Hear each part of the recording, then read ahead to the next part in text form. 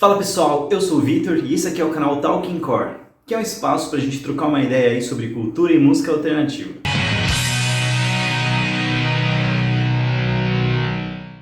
Teve um tempo em que as bandas que se vestiam assim, ou assim, e que usavam guitarra, usavam power chord, faziam música um pouco mais rápida, eram chamadas todas de emo. Eu já cheguei a ouvir que o CPM22 era uma banda emo, já ouvi que Offspring era uma banda emo, que o Green Day é emo, enfim, várias coisas desse sentido. E hoje eu tô aqui nesse vídeo para desmistificar um pouco disso. Vamos trocar uma ideia aí sobre emo, pop punk, hardcore melódico, skate punk, enfim, essas denominações e tentar entender um pouco mais ou menos como que, pelo menos eu, do meu ponto de vista pessoal, enxergo essa dinâmica e como que essa cena foi se desenvolvendo.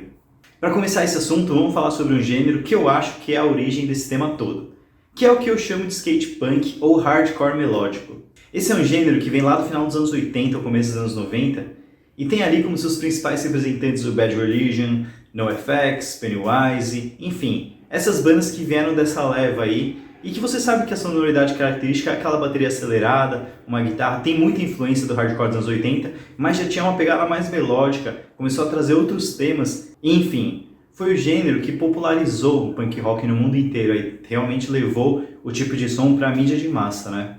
A gente viu no meio dos anos 90 o Offspring e o Green Day virando bandas enormes, gigantes, que estavam na TV, estavam em filmes, e essas bandas saíram dessa cena do hardcore melódico, do skate punk. Eu sei que o Green Day também tem muita influência do 77, eles trazem isso também, mas são bandas que saíram daquela cena da Califórnia e que caracterizaram muito essa pegada do hardcore melódico, né? E a gente tem outras bandas que não foram tão grandes assim, mas que expressam bem isso aí, como Face to Face e o próprio No Use For A Name. Essas bandas dominaram a cena nos anos 90. Mas ali no final dos anos 90 e já começando os anos 2000, surgiu um outro gênero derivado para mim dessa cena, que para mim é o pop punk, que tem uma diferença aí já, né? Do pop punk a gente tem os grandes representantes aí sendo o Blink-182 e o New Found Glory. A gente também tem várias outras bandas ali que não ficaram tão grandes assim, mas fizeram sucesso dentro dessa cena. A gente pode citar o Ataris, MXPX, Alistair, enfim. Tem uma leva de bandas porque aí o gênero estava realmente bem popular. E esse pop punk foi ali tomando conta nos anos 2000, né? E aí virou um gênero extremamente popular. E esse gênero pop punk dá pra sacar que ele tem ligações aí com hardcore melódico, com hardcore dos anos 80, com punk rock, mas ele já tinha uma proposta mais moderna, mais jovem, ele era mais fácil de ouvir, ele tinha uma sonoridade que era mais leve, era uma pegada mais de rádio. E essas bandas souberam fazer isso muito forte, mas a gente consegue ver uma diferença. Então, recapitulando, a gente tinha lá, final dos anos 80 e começo dos anos 90, o hardcore melódico, o skate punk, com as bandas NoFX, Bad Religion, Face to Face, No Use For A Name, que eram aquela cena. A gente pula aí para o final dos anos 90 e começo dos anos 2000, a gente vem para a cena do pop punk, onde a gente viu bandas como Blink-182, New Found Glory, MXPX, Ataris, várias bandas que cresceram nesse meio, começaram a ficar muito grandes, e depois a gente viu isso ao longo dos anos 2000, né, várias bandas surgiram também, Yellow Card, acho que é uma delas ali, e são bandas que começaram a flertar um pouco já, né, acho que do meio dos anos 2000 para frente ali, já começaram a flertar com outro tipo de som, e eu acho que daí derivou o que a gente realmente começou a chamar de emo. Não aquele emo real dos anos 80, mas esse emo que a gente viu aí nos anos 2000. Foi aí que as bandas começaram a ter um visual um pouco diferente. Ainda tinha uma conexão com o pop punk, tinha uma conexão com o hardcore melódico, mas já começava a tratar aquilo de uma forma um pouco mais, eu diria, visceral, sentindo um pouco mais. Porque o pop punk, apesar de ser aquela coisa do jovem, né, do questionamento adolescente, ele trata as coisas com mais energia e muitas vezes um pouco mais feliz, eu diria. Mas o emo que surgiu ali nos anos 2000 e que ficou muito popular ali no meio dos anos 2000 pra frente, assim, ele já começava a soar bastante diferente do que era o pop punk e também muito diferente do que era o hardcore melódico.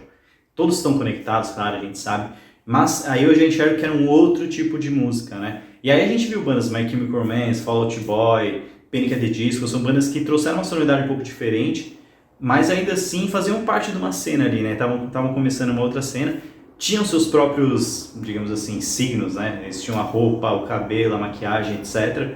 Só que eu acho que o grande problema aí é que a grande mídia e as pessoas que não eram muito ligadas nesse tipo de cultura alternativa, essas pessoas olharam para tudo isso e rotularam tudo como sendo emo, né? Então, desde bandas lá do hardcore melódico do começo dos anos 90, as bandas de pop punk principalmente, né? E, lógico, essa galera que vinha nessa pegada aí emo. E o engraçado é que muitas bandas que surgiram ali na cena pop punk, né, dos anos 2000, em um certo momento ali, quando o emo estava em alta, essas bandas, não sei se por um motivo de sobrevivência, começaram também a usar franjas e lápis no olho por um período assim. E é engraçado que isso passou, e essas bandas hoje ainda estão aí, e elas hoje não, realmente voltaram ao visual pop punk dos anos 2000, né? Eu vi que o Sum 41 fez isso, o Green Day fez isso, o próprio New Found Glory também passou por uma época assim, o Simple Plan. Então acho que é engraçado ver, né? Porque são movimentos que coexistiram, mas se você me perguntar como que eu enxergo isso tudo e se eu acho que tudo é a mesma coisa, não acho que tudo é a mesma coisa, e eu enxergo como movimentos, né, diferentes ao longo do maneira do tempo. E meio que uma evolução natural, porque nos anos 90, quando o hardcore melódico, aquela cena lá do skate punk, se popularizou e foi pra mídia, é claro que isso ia meio que se distorcer, ia trazer mais gente pro movimento todo, mais pessoas iam conhecer, e é claro que quando isso aumenta, dá a possibilidade de surgirem novos tipos de sonoridade, né? E de visual também.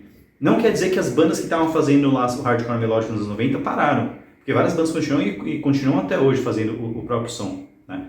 E não quer dizer que as bandas pop punk também, quando o emo chegou, que elas pararam de fazer. Tem muitas bandas que continuaram com a sonoridade e estão aí até hoje.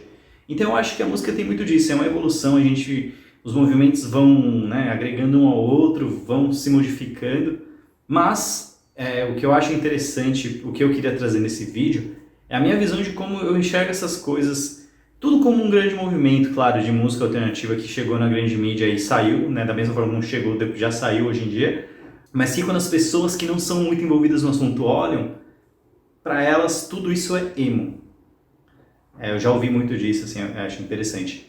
Ou quando fala, não, porra, isso aí não é emo, isso é hardcore melódico, não, isso é pop punk. Pra gente que gosta da cena, que gosta das músicas, tal, das bandas, é muito fácil, né, fazer essa distinção. Mas para as pessoas que não são muito ligadas nisso, é tudo emo, é tudo igual. E também não culpa as pessoas, faz parte, né, que a gente que acha que se você é como eu, assim, meio nerd de música, você vai entender o que eu tô querendo passar nesse vídeo aqui. Mas é isso, pessoal, eu queria pelo menos só tentar dar uma organizada nas ideias aqui, e tentar trazer esse vídeo aqui para expor o meu ponto. Eu acho que assim fica um pouco mais fácil de meio que entender o que aconteceu, né, na história aí dessa cena que a gente gosta tanto, como que as coisas foram evoluindo, e mais ou menos a forma como a gente consegue enxergar essa divisão, porque talvez assim fica mais fácil entender mais ou menos qual é a pegada de cada estilo. E de verdade, emo, pop punk, hardcore melódico, punk rock, hardcore, o importante para mim é continuar fazendo música, e a gente está num momento aí que a cena voltou, né, a não ser mais aquela coisa que era na grande mídia, coisa que a gente viu antes da explosão ali. Acho que a gente está num momento muito interessante, tem muitas bandas boas hoje em dia, bandas novas, bandas antigas continuam fazendo som, e acho que a gente está vivendo um momento legal, porque tem muita banda nova, tem muito material novo, e as bandas antigas continuam fazendo som também, então dá pra gente se ligar em tudo, e hoje em dia tem internet, né, se você é como eu lembro lá nos anos 2000, era bem mais difícil ficar ligado no som das bandas, né. E aí, claro, tem uma grande influência aí da MTV, das rádios para popularizar tudo isso, mas a gente fala disso num próximo vídeo. E se você gostou do vídeo, dá um like aí e se inscreve no canal, porque a gente vai ter mais vídeos aí pra você, que assim como eu, curtiu um hardcore melódico, mas era chamado de emo aí pelos coleguinhas da sala. Valeu!